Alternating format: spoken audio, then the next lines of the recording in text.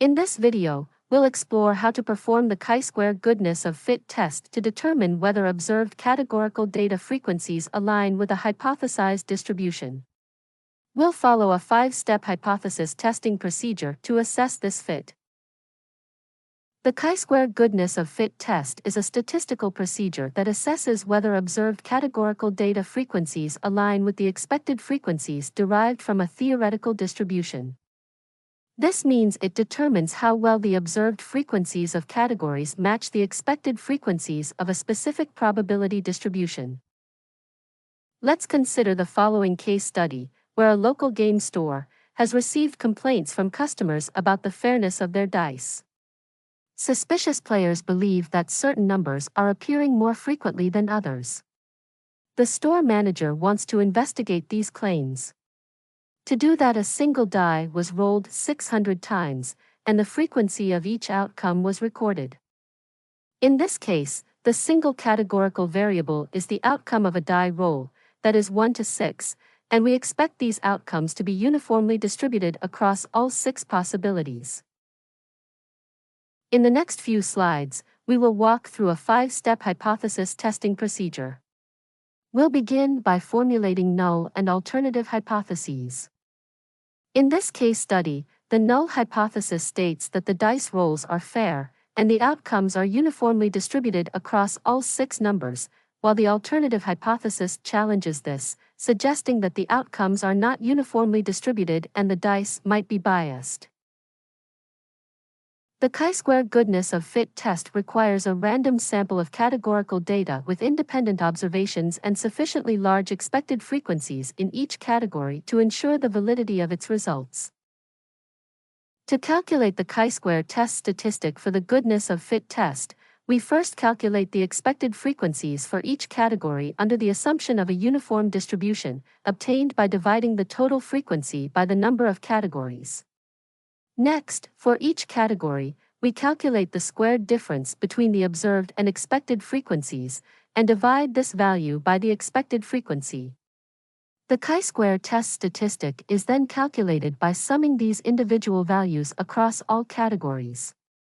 The next step of the hypothesis test is to calculate the p-value. For that, we require the degrees of freedom value. Under the null hypothesis, the chi-square statistic follows a chi-square distribution with k-1 degrees of freedom, where k is the number of categories of the outcome variable. The degrees of freedom value is 5.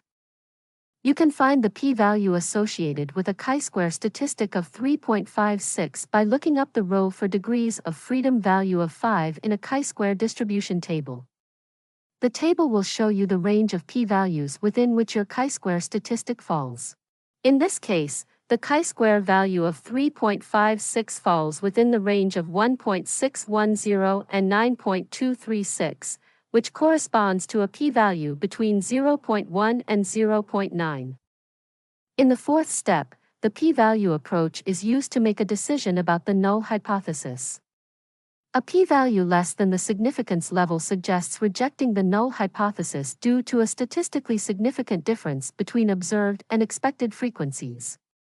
Conversely, a p-value greater than the significance level indicates we fail to reject the null hypothesis, as the observed data could reasonably occur by chance under the assumed distribution. In this case, the p-value being greater than 0.10 suggests we fail to reject the null hypothesis.